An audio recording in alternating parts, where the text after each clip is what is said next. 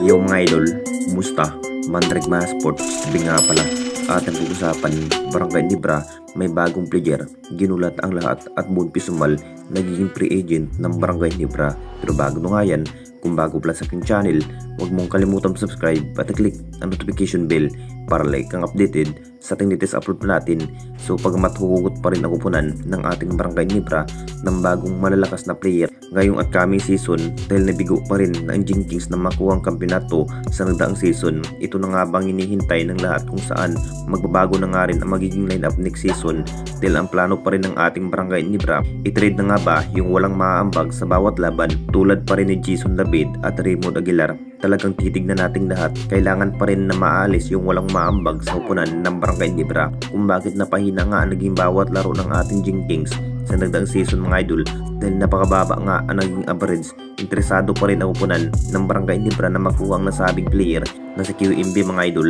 Alam na nating lahat, may plano pa rin na si QMB na maglalaro sa ating liga ng PBA. Naging import rin si QMB sa Macau Blackbirds mga idol. Isa na rin ang ating pambansang Gilas Pilipinas sa pinahihirapan ni QMB. Nakapagtala pa rin ng maraming naiitala sa bawat quarter pero decision pa rin ni QMB ang masusunod kung pipilit pa nga ba ang kupunan ng Barangay Nibra dahil interesado pa rin ang kupunan ng TNT Tropang Giga na makuha ang nasabing forward na si QMB. Masasabing hindi rin 100% na makuha ng Barangay Nibra ito si QMB dahil marami pa rin ang kupunan nagka-interesado na mas mabigyan ito si QMB na malaking value.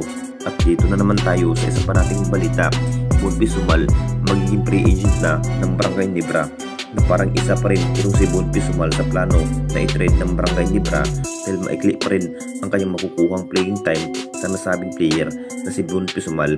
Masasabing balak na nga rin ng SMC na gagawing free agent ang nasabing player na si Bon Pisumal. Deserve na nga ba ni Bon Pisumal na matrade ng ibang kupunan?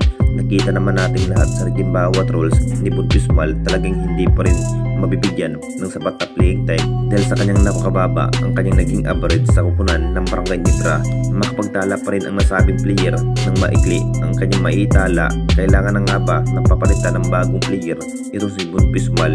Magiging impact na nga ba kapag matrade at hahanapan ng bagong player ng Barangay Nibra pamalit kay Bon Pisumal?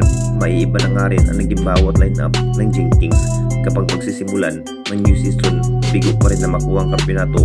Talagang mas magandang nasa isip pa rin ng Nibra management dito mga idol na mas lalo pang palakasin ang magiging masusunod na player ng ating Barangay Nibra at papalitan yung walang maambag sa upunan ng Barangay Nibra tulad ni Bon Pisumal na parang walang maambag nga dahil hindi pa rin mabibigyan ng mahabang playing time ng nasabing player na si Bon Pisumal. Anong masasabi ninyo mga idol tungkol sa ating video?